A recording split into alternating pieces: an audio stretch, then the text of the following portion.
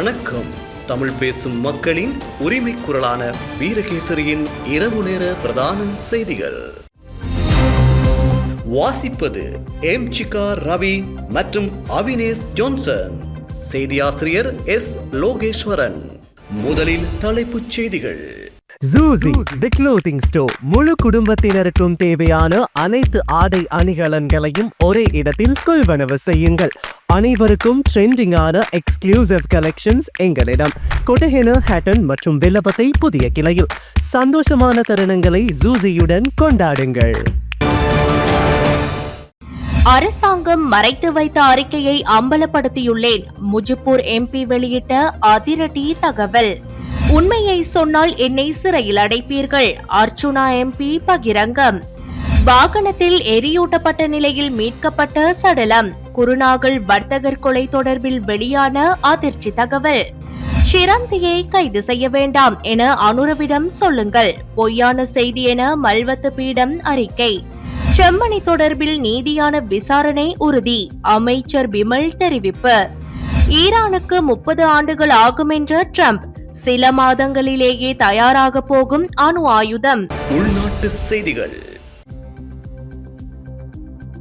கொள்கலன்களை விடுவிப்பது தொடர்பில் எழுந்த குற்றச்சாட்டுகளை விசாரணை செய்வதற்காக ஜனாதிபதியால் நியமிக்கப்பட்ட குழுவின் அறிக்கையை இன்று ஐக்கிய மக்கள் சக்தியின் பாராளுமன்ற உறுப்பினர் முஜிபுர் ரஹ்மான் பாராளுமன்றத்தில் சமர்ப்பித்தார். இதன்போது கருத்து வெளியிட்ட பாராளுமன்ற உறுப்பினர் முஜிபுர் ரஹ்மான், අද මේ වාර්තාව අරගෙන බැලුවම මම මේක සභාගත කරනවා, ඒ වගේම හැන්ඩ්සාට් ගත කරනවා. මේ වාර්තාව මොකද ඔබතුමාලාගේ පැත්තේ මේක ඉදිරිපත් වෙන්නේ නැතිද? අඩුම ගානේ අපි හරි මේක ගෙනල්ලා සභාගත කරන්න ඕනේ. ප්‍රශස්ත ගැටලුව ඌයේ රේගුව පත් කළ කමිටුවක් විසින් බහලුම් 323ක් නිදහස් කිරීම වුවත් සත්‍ය වශයෙන්ම කමිටුව විසින් 2025 ජනවාරි 18 දින නිදහස් කළ බහලුම් ප්‍රමාණය 309යි. මාධ්‍යවල 323ක් කියලා කිව්වට ඇත්තටම නිදහස් කරලා තියෙන්නේ 309යි. ඊළඟට ගරු කතානායකතුමනි, අපි අරගෙන අපි ගියාම පිටු අංක 12. දැන් මේකෙදී මේ කවුද රේගු අධ්‍යක්ෂකතුමා පත් කරලා තියෙනවා කමිටුවක්. මේ කමිටුව තමයි තීන්දුව කරන්නේ මේ රෙඩ් லேபிள் කන්ටේනර්ස් ටික නිදහස් කිරීම සම්බන්ධව. அரசாங்கம் இந்த குழுவின் அறிக்கையை இதுவரை பாராளுமன்றத்தில் சமர்ப்பிக்காமல் மறைத்து வைத்திருந்ததாகவும் தான் இந்த குழுவின் அறிக்கையை இன்று பாராளுமன்றத்தில் சமர்ப்பிப்பதாகவும் குறிப்பிட்டார். அவதானம் என்ற வகைப்பாட்டின் கீழ் கட்டாய ஸ்கேன் சோதனைக்கு உட்படுத்த வேண்டிய சிவப்பு முத்திரை பதித்த 151 கொள்கலன்களில் 37 கொள்கலன்கள் எந்த ஒரு சோதனைக்கும் உட்படுத்தப்படாமல் விடுவிக்கப்பட்டதாக குழுவின் அறிக்கையில் தெரிய வந்துள்ளது. இந்த சிவப்பு முத்திரை பதித்த கொள்கலன்களை விடுவிக்கும் போது கட்டாயமாக சோதனை செய்யப்பட வேண்டியது அவசியமாகும். மேலும் அதிகாரிகள் சம்பந்தப்பட்ட 37 கொள்கலன்களும் சோதனை செய்யப்பட வேண்டியவை என்ற குறிப்பை இணைத்துள்ள போதிலும் அவைகள் எந்த ஒரு சோதனையும் செய்யாமல் விடுவிக்கப்பட்டதையும் குழு அறிக்கை வெளிப்படுத்தியுள்ளது. இதனால் சோதனை செய்யப்பட வேண்டிய 103 கொள்கலன்கள் எந்த ஒரு சோதனையும் இன்றி விடுவிக்கப்பட்டதாகவும் கொள்கலன்களை விடுவிப்பதற்கான தீர்மானம் ஜனவரி 18ஆம் தேதி எடுக்கப்பட்டாலும் அந்த முடிவு எடுக்கப்படுவதற்கு முந்தைய நாள் ஜனவரி 17ஆம் தேதி 2 கொள்கலன்கள் விடுவிக்கப்பட்டதாகவும் அவர் தெரிவித்தார். மேலும் ஜனாதிபதிக்கு எதிராக யாராவது கருத்து தெரிவித்தால் அவர்களை விசாரிக்கின்றார்கள். ஆனால் ஏன் இதை பற்றி யாரும் நடவடிக்கை எடுக்கவில்லை? சுங்கம் ஜனாதிபதியின் கீழ் தான் இருக்கிறது. ஆகவே இந்த குற்றச்சாட்டிலிருந்து ஜனாதிபதி தப்பிக்க முடியாது என அவர் தெரிவித்தார். ඒ කියන්නේ මේවා පරීක්ෂා කරලා යවනකොට ඒ ස්කෑන් කරපු නිලධාරීන් කියන සටහනක් දාලා තිබුණා අනිවාර්යෙන්ම මේක භෞතික පරීක්ෂාවට ලක් කරන්න කියලා ඒ නිලධාරීන් දාලා තිබුණා. එහෙම නිලධාරීන් සටහන දාලා තිබෙද්දි තමයි මේ බහලුම් ටික එළියට ගිහිල්ලා තියෙන්නේ. ඒ වගේම ගරු කතානායකතුමනි, ඊළඟ කාරණාව තමයි පිටු අංක 14. දැන් මේ පිටු අංක 14 දී විශේෂයෙන්ම කමිටුව පත් කිරීම සිදු කළ ලිපියට අනුව කහ වර්ගීකරණය කළද බහලුම් නිදහස් කිරීම පිළිබඳව බලය ලබා දීමක් සිදු නොවුවද 2025 ජනවාරි 18 දින රැස් වූ කමිටුව විසින් කහ ලෙස වර්ගීකරණය කරන ලද බහලුම් 158ක් භෞතික පරීක්ෂාවකින් තොරව නිදහස් කර තිබූ අතර එම බහලුම් වලින් බහලුම් 103ක් සඳහා ස්කෑන් පරීක්ෂාවද කරලා නැහැ. ඒ කියන්නේ බහලුම් 103ක් කියන කහ චැනල් එකේ යටතේ තියෙන ස්කෑන් පරීක්ෂාව කරන්න ඕනේ 103ක් ස්කෑන් පරීක්ෂාවක් නකර එළියට දාලා තියෙනවා. விடுவிக்கப்பட்ட சர்ச்சைக்குரிய 323 கொள்கலன்களின் உள்ளே என்ன இருந்தது, அவைகள் எங்கிருந்து வந்தது என்பது தொடர்பில் முழுமையான தகவல்களை தன்னால் வழங்க முடியும் என பாராளுமன்ற உறுப்பினர் ராமநாதன் அர்ச்சுனா தெரிவித்தார். இன்று பாராளுமன்றத்தில் உரையாற்றிய அவர் மேலும் தெரிவிக்கையில், 323 කන්ටේනර් එක ඇතුළේ මොනවද තිබ්බේ කියලා මට ලිස්ට් එකක් දෙන්න පුළුවන්. ඒ කොහාටද මොන රටින්ද මොන රටෙන් ගෙනාවේ කියලා මට ජර්මනි වලින් ඒගොල්ලෝ ඇවලා තියෙනවා. මම ඒක මගේ අහෙන් දැකලා තියෙනවා. හැබැයි ඒ ලිස්ට් එක දීලා මාව එම්පි ගම නැති කරලා හෙට ගිහලා මේ කුඩු කේස් එකට ඇතුළේ දාන්න නැහැ කියලා මට ඒගොල්ලෝට ඔප්පු කරන්න කියන්න මේ ගරු සභාපතිතුමා මම ඩිපියුටි ස්පීකර් මම ඒ අත්ත ටික මේ පාර්ලිමේන්තුවට ටේබල් කරන්න. ඒ ඇතුළේ තිබ්බ ඔක්කොම ටික මම පාර්ලිමේන්තුවට ටේබල් කරන්න. මගේ ජීවිතය නැත්තම් මම වෙන රටකට බැනලා ගිහලා ඒ ටික එළියට දාන්න ඕනේ. මම බය නැතුව කියන්නේ ඒ 323 ඇතුළේ මොනවද තිබ්බේ කියලා මට කියන්න පුළුවන්. விடுவிக்கப்பட்ட சர்ச்சைக்குரிய 323 கொள்கலன்களின் உள்ளே என்ன இருந்தது, அவைகள் எங்கிருந்து வந்தது என்பது தொடர்பில் முழுமையான தகவல்களை என்னால் வழங்க முடியும்.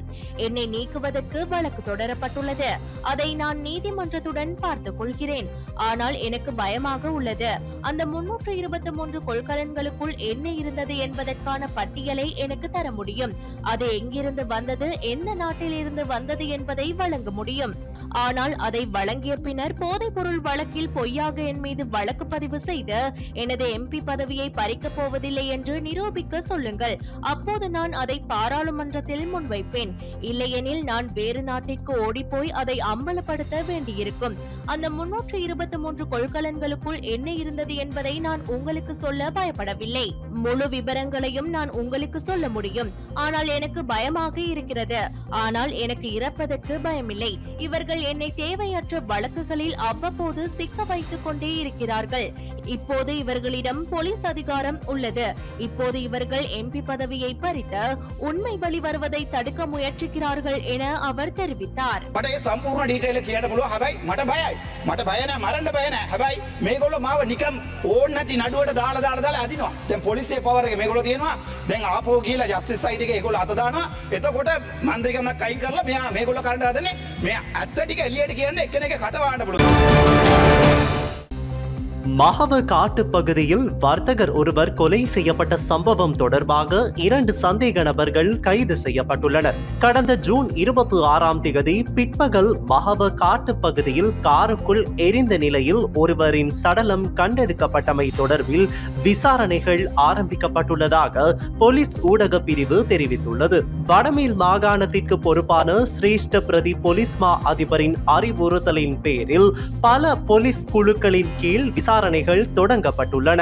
அதன்படி உயிரிழந்த நபர் தனது காரில் பயணித்த போது சந்தேக நபர்களால் கடத்தி கொலை செய்த பின்னர் அவரிடம் இருந்த தங்க நகைகள், கையடக்க தொலைபேசி மற்றும் பணம் உள்ளிட்டவை எடுத்து செல்லப்பட்டுள்ளமை விசாரணைகளில் இருந்து தெரிய வந்துள்ளது. முன்னதாக காட்டுப்பகுதியில் ஒரு வாகனத்திற்குள் ஒருவர் எரித்துக் கொல்லப்பட்டுள்ளதாக போலீசாருக்கு கிடைத்த தகவலுக்கு அமைவாக சம்பவ இடத்திற்கு விரைந்த அதிகாரிகள் ஜீப்பின் முன் இருக்கையில் எரித்துக் கொல்லப்பட்ட நபரின் சடலத்தை கண்டுபிடித்தனர். அந்த நபர் காணாமல் போனதாக அவரது மனைவி கடந்த 25ஆம் தேதி தொரட்டியாவு போலீஸ் நிலையத்தில் முறைப்பாடு அளித்துள்ளார். இந்நிலையில் நேற்று தொரட்டியாவு மற்றும் மகவ பகுதிகளில் 1.4 மில்லியன் ரூபாவுக்கும் அதிக பெறுமதியான பணம் மற்றும் தங்க பொருட்களுடன் சந்தேக நபர்கள் 2 கைது செய்யப்பட்டனர். கைது செய்யப்பட்டவர்கள் 19 மற்றும் 27 வயதுடைய மகவ மற்றும் பிலெச பகுதிகளை சேர்ந்தவர்கள் ஆவர். மேலும் தீக்காயங்களால் உயிரிழந்த வர்த்தகர் கழுத்தை நெரித்து கொலை செய்யப்பட்டதன் பின்னர் எரிக்கப்பட்டிருப்பது பிரேத பரிசோதனையில் தெரிய வந்துள்ளது. இந்நிலையில் போலீசார் மேலதிக விசாரணைகளை முன்னெடுத்து வருவதாக தெரிவித்துள்ளனர். இந்த ஆண்டின் கடந்த 5 மாதங்களில் லஞ்சம் அல்லது ஊழல் குற்றச்சாட்டுகளை விசாரிக்கும் ஆணைக்குழுவால் பெறப்பட்ட புகார்களின் எண்ணிக்கை 2000-ஐ தாண்டியுள்ளது. அதன்படி 2025 ஜனவரி 1ஆம் தேதி முதல் மே 31 வரை 2138 புகார்கள் பெறப்பட்டுள்ளதாக அந்த ஆணைக்குழு சுட்டிக்காட்டியுள்ளது.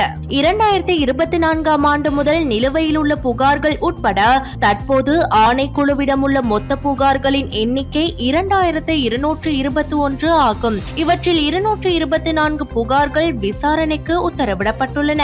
மேலும் 524 புகார்கள் போதுமான ஆதாரங்கள் இல்லாததாலும் சட்டத்திற்கு பொருத்தமற்றதாலும் விசாரிக்கப்படாமல் இருக்க முடிவு செய்யப்பட்டுள்ளன. இந்த ஆண்டின் கடந்த 5 மாதங்களில் லஞ்சம் அல்லது ஊழல் குற்றச்சாட்டுகளை விசாரிக்கும் ஆணைக்குழுவால் வெளியிடப்பட்ட அறிக்கையில் 282 புகார்கள் விசாரணைக்காக பிற நிறுவனங்களுக்கு அனுப்பப்பட்டுள்ளதாக தெரிவிக்கப்படுகிறது. முன்னாள் ஜனாதிபதி மஹிந்த ராஜபக்ஷ மல்வத்து மகாநாயக்க தேரரிடம் விடுத்த கோரிக்கை தொடர்பில் உண்மைக்கு புறம்பான தகவல் பரப்பப்பட்டு வருவது தொடர்பில் மல்வத்து மகாவிகாரை அறிக்கையொன்றை வெளியிட்டுள்ளது. ஷிரந்தியை கைது செய்ய வேண்டாம் என்று அனுரவிடம் சொல்லுங்கள், மஹிந்த மல்வத்து மகாநாயக்கரிடம் கோரிக்கை என்ற தலைப்புடன் ஒரு தவறான செய்தி வெளியிடப்பட்டுள்ளதாக தொடர்புடைய அறிக்கையில் குறிப்பிடப்பட்டுள்ளது. இது தொடர்பாக அறிக்கையொன்றை வெளியிட்டு மல்வத்து மகாவிகாரையின் பிரதிபதிவாளர் மகாவில ரத்னபால தேரர் மகாநாயக்க தேரரின் அறிவுறுத்தல்களுக்கு இணங்க மேற்படி அறிக்கையை வெளியிட்டுள்ளார். அதற்கமைய அறிக்கையில் தெரிவிக்கப்பட்டுள்ளதாவது: எந்த சந்திப்பும் அல்லது தொலைபேசி உரையாடலும் நடைபெறவில்லை என்றும் இது போன்ற தவறான செய்திகளை உருவாக்கி பரப்புவதன் ஊடாக தேவையற்ற பொது அமைதியின்மையை உருவாக்க முயற்சிக்கும் தனிநபர்கள் மற்றும் அமைப்புகளுக்கு எதிராக எதிர்காலத்தில் சட்ட நடவடிக்கை எடுக்கப்படும் என்று தெரிவிக்கப்பட்டுள்ளது. முன்னதாக சிரிலிய சபையால் கணக்கு தொடர்பாக நடைபெற்று வரும் புதிய விசாரணைகளின் அடிப்படையில் ஷிராந்தி ராஜபக்ஷ விரைவில் கைது செய்யப்படும் சாத்தியம் காணப்படுவதாகவும், இந்நிலையில் குறித்த விடயம் தொடர்பில் மஹிந்த ராஜபக்ஷ அண்மையில் மல்வத்த மகாநாயக்கரை சந்தித்து அத்தகைய நடவடிக்கையை எடுக்க வேண்டாம் என்று ஜனாதிபதி அனுரகுமார திசாநாயக்கவிடம் வலியுறுத்துமாறு கேட்டுக்கொண்டதாக தெரிவிக்கப்படுகின்றது. எனினும் கடந்த காலத்தில் ஊழல் செய்பவர்களை கைது செய்ய வேண்டும் என்று வலியுறுத்திய நாங்கள் எப்படி ஜனாதிபதி அனுரவிடம் அப்படி சொல்ல முடியும் என பல்வத்த மகாநாயக்கர் திப்போட்டுவாவ ஸ்ரீ சித்தார்த்த சுமங்கல தேரர் மஹிந்தவின் கோரிக்கையை நிராகரித்துள்ளதாக சில சிங்கள ஊடகங்கள் செய்தி வெளியிட்டுள்ள நிலையிலேயே இந்த அறிக்கை வெளியாகியுள்ளது.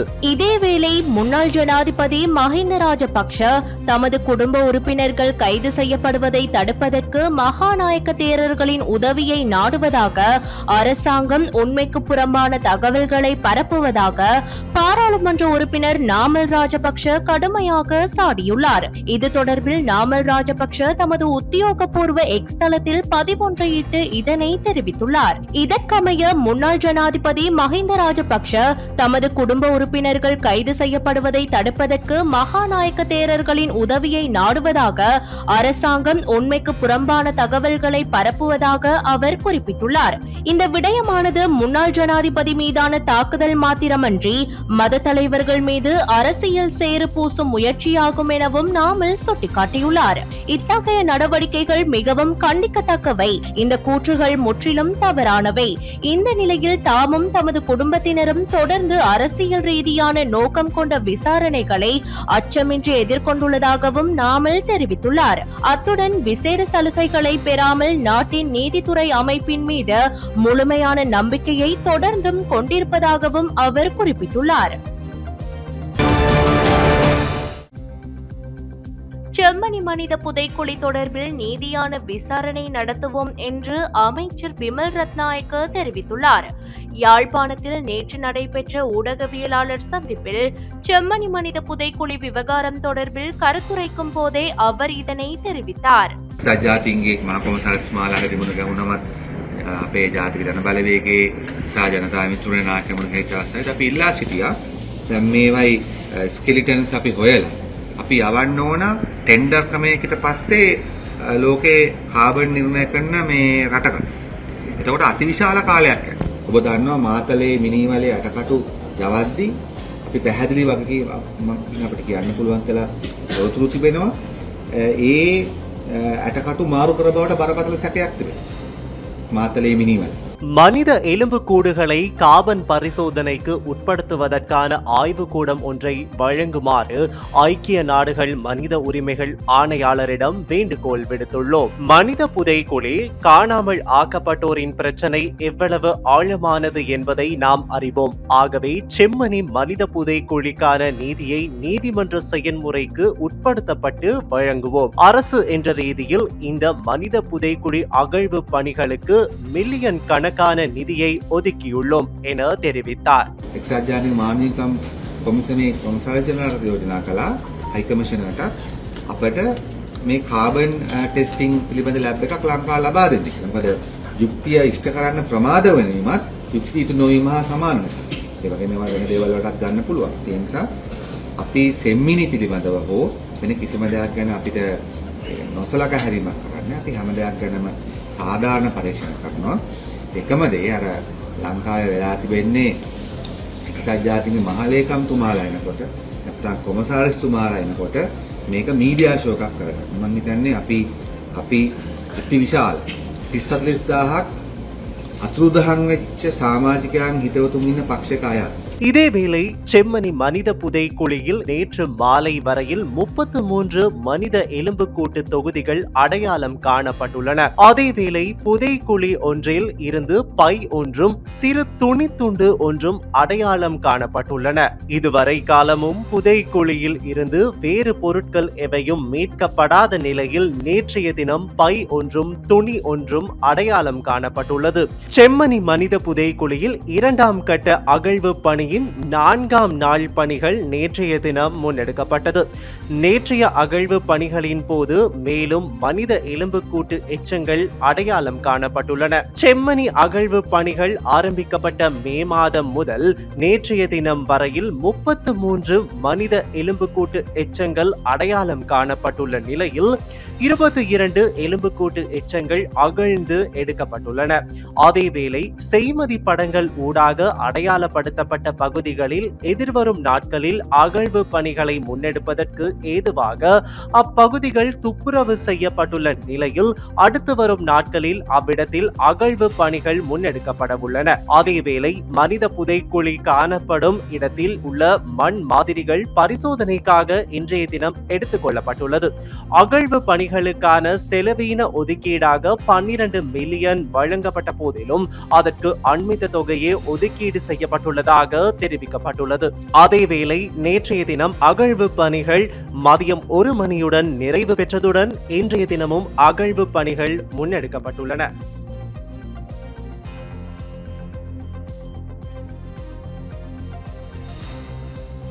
வெளிநாட்டு செய்திகள். ஈரான் மீண்டும் யுரேனியத்தை செறிவூட்ட தொடங்கும் திறனை கொண்டுள்ள நிலையில் அந்நாடு சில மாதங்களில் அணுகுண்டை உருவாக்க சாத்தியம் உள்ளது என்று ஐக்கிய நாடுகள் சபையின் அணுசக்தி கண்காணிப்பு அமைப்பின் தலைவர் ரஃபாயல் கிராசி எச்சரித்துள்ளார். கடந்த 13ஆம் திகதி ஈரானின் அணு ஆய்வு மையங்கள் மீது இஸ்ரேல் தாக்குதல் நடத்தியது. இதனைத் தொடர்ந்து அமெரிக்காவும் நேரடியாக தாக்குதலை நடத்தியது. அதன் பின்னர் ஈரானின் அணு ஆய்வு மையங்கள் முற்றிலும் அழிந்து விட்டதாகவும் இனி அணு ஆய்வு விடயங்களை தொடர அந்நாட்டிற்கு 20 முதல் 30 ஆண்டுகளாவது ஆகலாம் என்று அமெரிக்காவும் அந்நாட்டு ஜனாதிபதி டொனால்ட் ட்ரம்பும் தெரிவித்திருந்தனர். இந்த நிலையில் திடீர் திருப்பமாக அணுசக்தி கண்காணிப்பு அமைப்பின் தலைவர் சில மாதங்களில் ஈரான் செறிவூட்டப்பட்ட யுரேனியத்தை உற்பத்தி செய்ய தயாராகிவிடும் என தெரிவித்துள்ளார். நேர்காணல் ஒன்றில் பேசிய அவர் ஈரானின் யுரேனியம் செறிவூட்டும் மையத்தின் சில பகுதிகள் இன்னும் பயன்பாட்டில் இருக்கின்றன. சில மாதங்களில் செறிவூட்டப்பட்ட யுரேனியத்தை உற்பத்தி செய்யக்கூடிய சில சென்ட்ரிஃபியூஜ்களை ஈரானால் இயக்க முடியும். இன்னும் சரியாக சொல்வதெனில் ஓரிரு மாதங்களிலேயே இதை ஈரான் செய்யக்கூடும். இந்த யுரேனியம் எங்கே இருக்கிறது என்பதை உறுதிப்படுத்த முடியவில்லை. தாக்குதலின் போது சில யுரேனியம் அழிக்கப்பட்டிருக்கலாம் அல்லது வேறு இடத்திற்கு மாற்றப்பட்டிருக்கலாம். இது குறித்து தெளிவுபடுத்தப்பட வேண்டும் என தெரிவித்துள்ளார். இன்றைய நாணய மாற்று விகிதம்